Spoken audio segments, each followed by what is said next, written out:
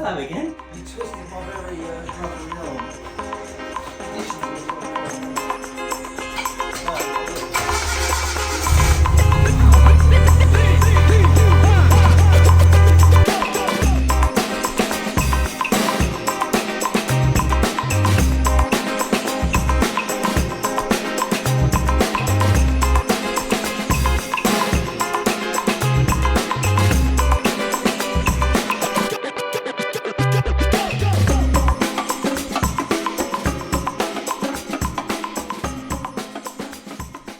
Welcome to Tea and Bizz-Kits. My name's Bizzle. In this episode, I'm going to be doing track day essentials. What do I take? Hints, tips, and everything you need to know about track days.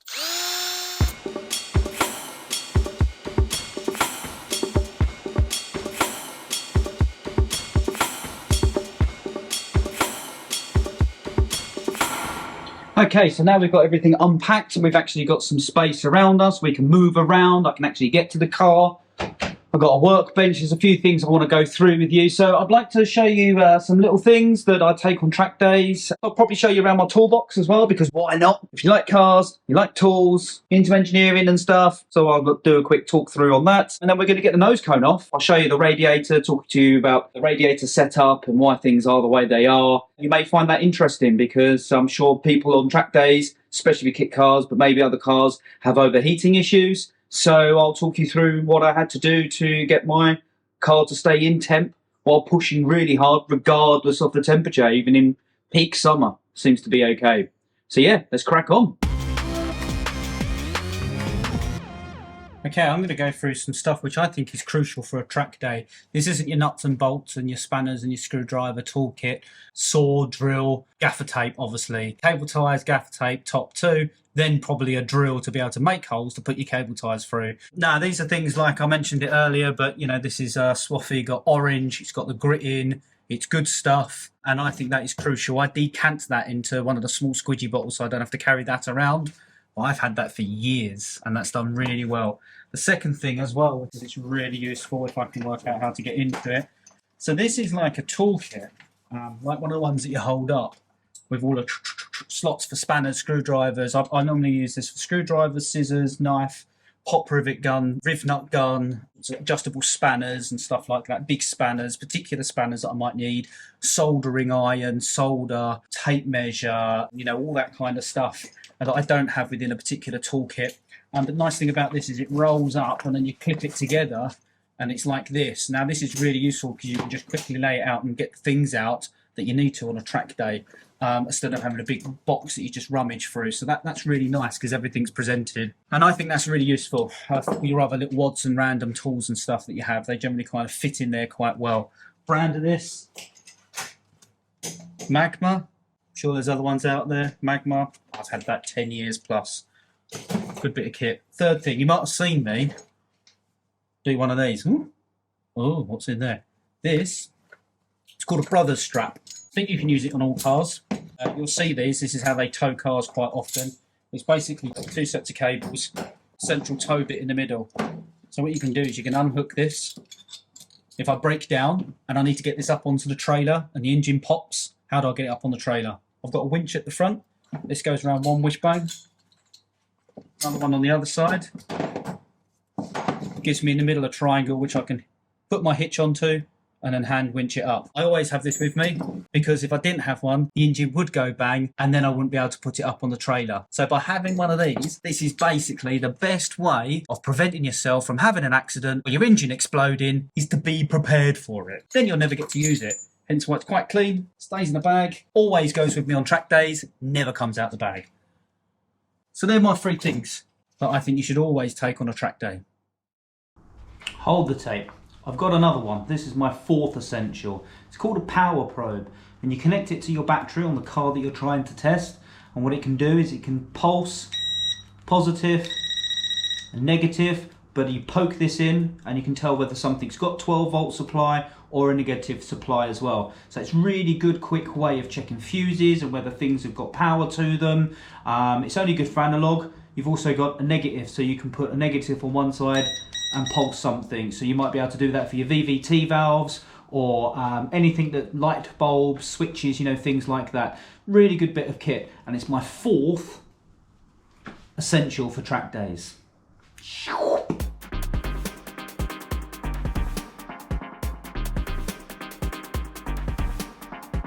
This is one of my boxes. All this crud in here, I put in every single time. So if you're anything like me, you're going to want to know what's inside that toolbox, because I don't have much in there. So let's do a quick run through here. So we've got here some just random padding, power probe, really important, dustpan and brush for tidying up, GoPro which has gone flat, which is very frustrating because I was just videoing on that, Swarfega, whopping great socket to do maxi bolts on the top of your uprights for your fronts. What's in this one? Pens and marking up stuff, a torch, Allen keys, tape measures, knives, other little bits and bobs, important little spanner for bleeding brakes, old spanners, old sockets, more old ratchets, sockets, drill bits, Allen keys, and hole cutters, sensitive equipment. So this is like my torque wrench, multimeter, vernier calipers, right angle, straight edge, some rules in here, duct tape, more drill bits. In here, screwdrivers, just spare rods and bobs. In here is my box stuff, so all my crimps, random washers. We've got shrink bits, tap dice, cable tie things, poppers for covers and stuff, spare fuses. In here, general hand tools. So this has got spanners and scissors and adjustables and pop rivet gun and crimp tools and things like that. And then in here, hand tools, files. This is normally a little bit busier, makes me wonder where stuff is. In here, Halford's advanced set, yummy yummy. Halford's kit fits perfectly. Hand tools, heavy hand tools. This kind of grip thing helps gets the oil filters off. Actually, there's some of my files that would normally be up there.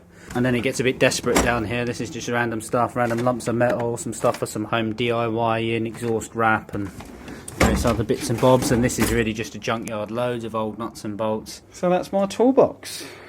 So I think I've got quite a lot of good tools in my garage. I'm lucky that over many years I've kind of collected stuff, but there's a few things that I really wish I had that I could take on track days that I can't, or just have in the garage. One of them is I wish this went, but it don't, so when it's jacked up it's a pain in the arse. The other thing is I wish this went, it don't either. So it's only a small garage, I can't have a compressor, and I'd like another Dugger gun. Maybe one day I'll treat myself, but for now it's all about the hand tools still, all about the hand tools.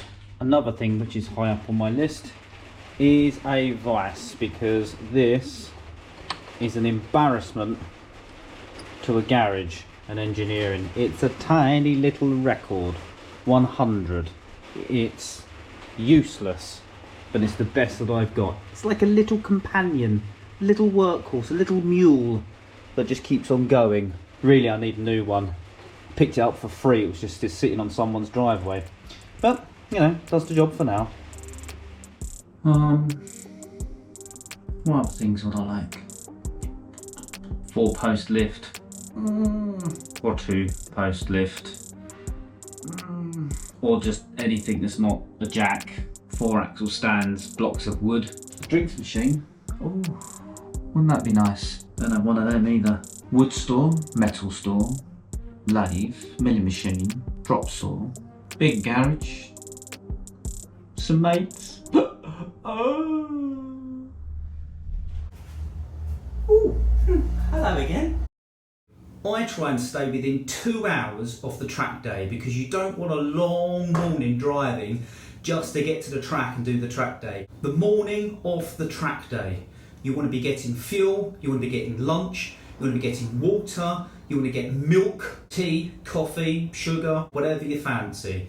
Book a garage if you can, because then you have power, and if it rains it's not so bad. Take a chair, because then you can sit and relax and not be in the car all the time. With my tools, I always put them in big boxes, large boxes. It's easy to get them in the car and out the car. I can put them on the floor, have a little rummage, put them back, shut the boot and lock it. Nice and easy. You also want to plan for recovery. I'm lucky enough that I have a trailer. Not everyone is that lucky. So have someone on hand that knows where you are, someone that's happy towing, or at least a recovery. Now we know RACAA, they don't pick up and they're a bit of a bugger. So try and have a trailer or a mate on hand that can at least get you away from the track day, and then you can phone up and ask for recovery. So, what's going to happen on the day of the track day? Well, what you're going to do is you're going to obviously get up, have some breakfast. When you get there, check in, find your garage, and do bare essential checks on your car. Relax, try and take the time to just have a cup of coffee and calm down when noise testing is occurring. So check your fuel, check your tyre pressures, check your wheel nuts, check your fluid levels, check your brake pads. All these obvious things, but trust me, I've forgotten them and probably other people will as well. And then once you've gone through noise testing, ask what your dB level is. Really important, because if you're just 1 dB under, you're going to be close and you might actually blow when on track. So you might want to also test a noise suppressor, because if you're 1 under, or even if you're loads under, you might want to have a new device to hand that you check and see actually does it make a difference putting the insert in. Then you're going to go out on sighting laps, nice and relaxed, take it easy. I've had people that have actually span. My mate's span, Russell span. So you're going to do your sighting laps and then you're going to go out on track. Take your time, warm up, find your way around. At the end of the day, don't go to the checkered flag unless you're really, really keen and want to. The nice thing about track days is as the day goes through, the track gets emptier, but people also get faster. So if you're not on pace, you're going to get skinned by people that are trying to hit their lap times. And yes, people time. So people are faster at the end of the day, but there's less people on track. So maybe push to the end. If you want to see the checkered flag, that's fine. But generally I try and run a rule to not do the last session. So it means I can just pack up and get going, call it a day, and it's successful. Because the main thing is the car works when you finished and you work when you finish your day. That's the most important stuff. Get home safely and enjoy it. It's a joyous time on track. It's like pretending to be a racing driver.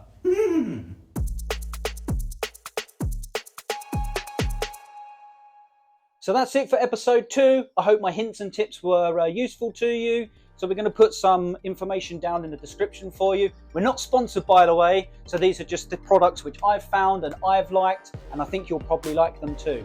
In our next episode, we're going to be talking about the cooling because my car overheated. So what did I do to make it cool and run perfectly on a hot track day? So tune in for the next episode. Peace out.